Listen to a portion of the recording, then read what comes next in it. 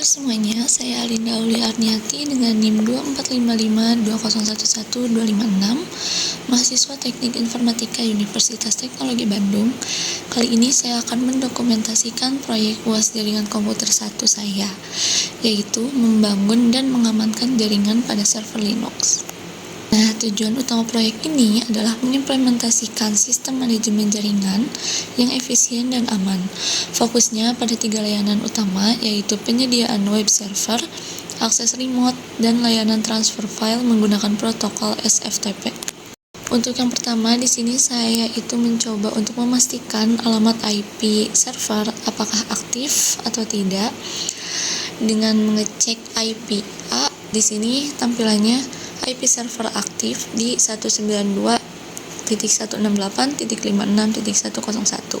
Selanjutnya, saya melakukan konfigurasi halaman website utama menggunakan perintah sudo nano untuk mengisi identitas mahasiswa di direktori web server. Gunanya perintah ini untuk membuat atau mengedit file utama website yang ditampilkan saat server diakses oleh klien. Dampaknya, yang dihasilkan di sini server jadi memiliki konten visual yang berisikan identitas mahasiswa seperti yang saya masukkan ini. Saya memasukkan identitas seperti nama, NIM, kelas, dan nama tugas.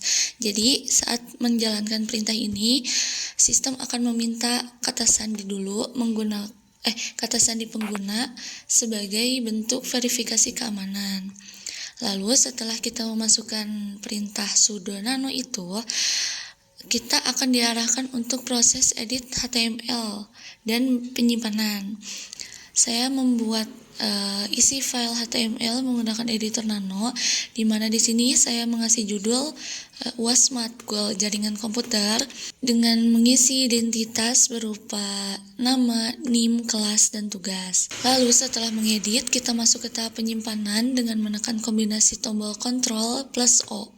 Itu fungsinya untuk menyimpan, lalu kita enter. Dan setelah file disimpan, lalu keluar dari editor dengan menekan kombinasi tombol Ctrl X, maka akan terjadi perubahan kode program yang tersimpan secara permanen di dalam direktori web server.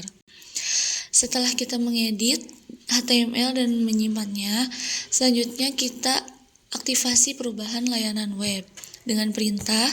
Di sini kita menggunakan perintah sudo systemctl restart apache 2. Fungsi perintah ini untuk mematikan sementara dan menjalankan ulang layanan Apache 2 untuk menerapkan konfigurasi tersebut.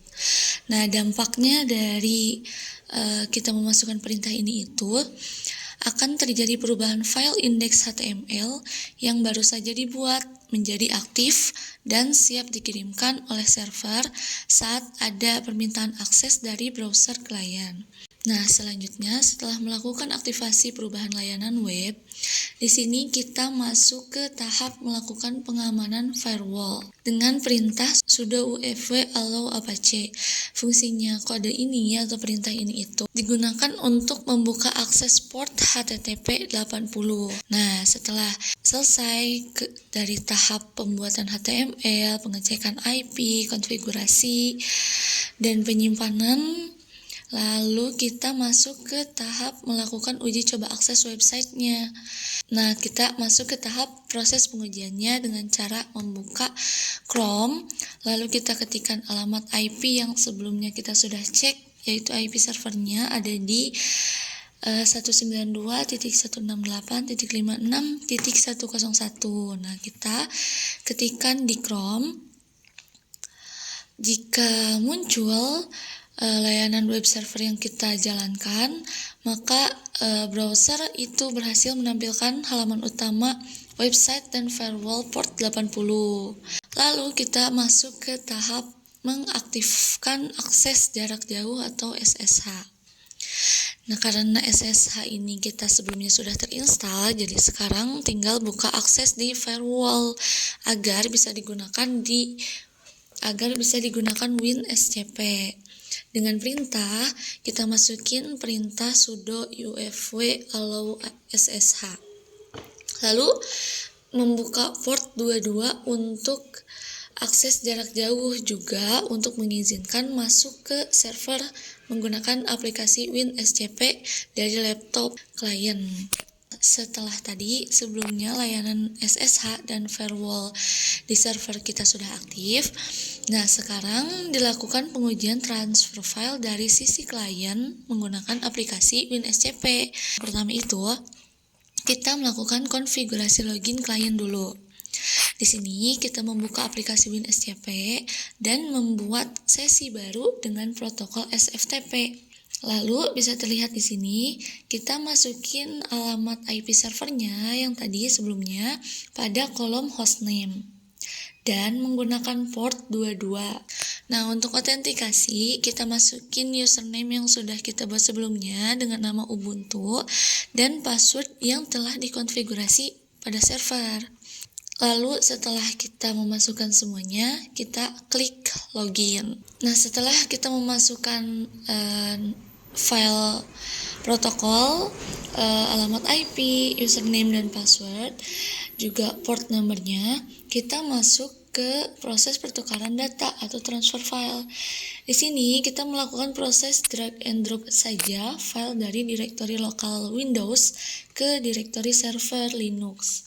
Nah, pada gambar ini di sini saya ingin mentransferkan file bernama tugas E dari Windows, dari direktori Windows ke direktori server. Di sini kita tinggal drag and drop aja file yang ingin kita pindahkan. Nah, seperti yang terlihat, file bernama tugas E ini berhasil men-scanning ke folder home Ubuntu di dalam server. Jadi, keberhasilan ini itu membuktikan bahwa server tidak hanya berfungsi sebagai penyedia web, tetapi juga sebagai media penyimpanan data yang aman dan dapat diakses dari jarak jauh oleh klien melalui jaringan virtual. Lalu untuk kesimpulannya, berdasarkan seluruh rangkaian proyek yang saya buat ini, yang pertama, membangun Linux itu mengharuskan kita memahami dulu fungsi dari setiap layanannya, seperti layanan web, SSH, dan SFTP, agar server dapat memberikan respon yang tepat terhadap permintaan klien. Lalu yang kedua, proses instalasi Apache, konfigurasi HTML melalui editor Nano, hingga pengaturan firewall memberikan pengalaman praktis dalam mengelola sistem operasi server secara langsung. Lalu yang ketiga, dokumentasi dari setiap perintah itu sangat penting dalam administrasi jaringan untuk memastikan setiap langkah instalasi dapat dilacak kembali jika terjadi kesalahan serta sebagai panduan pemeliharaan sistem nantinya. Sekian presentasi dari saya, kurang lebihnya mohon maaf. Assalamualaikum warahmatullahi wabarakatuh.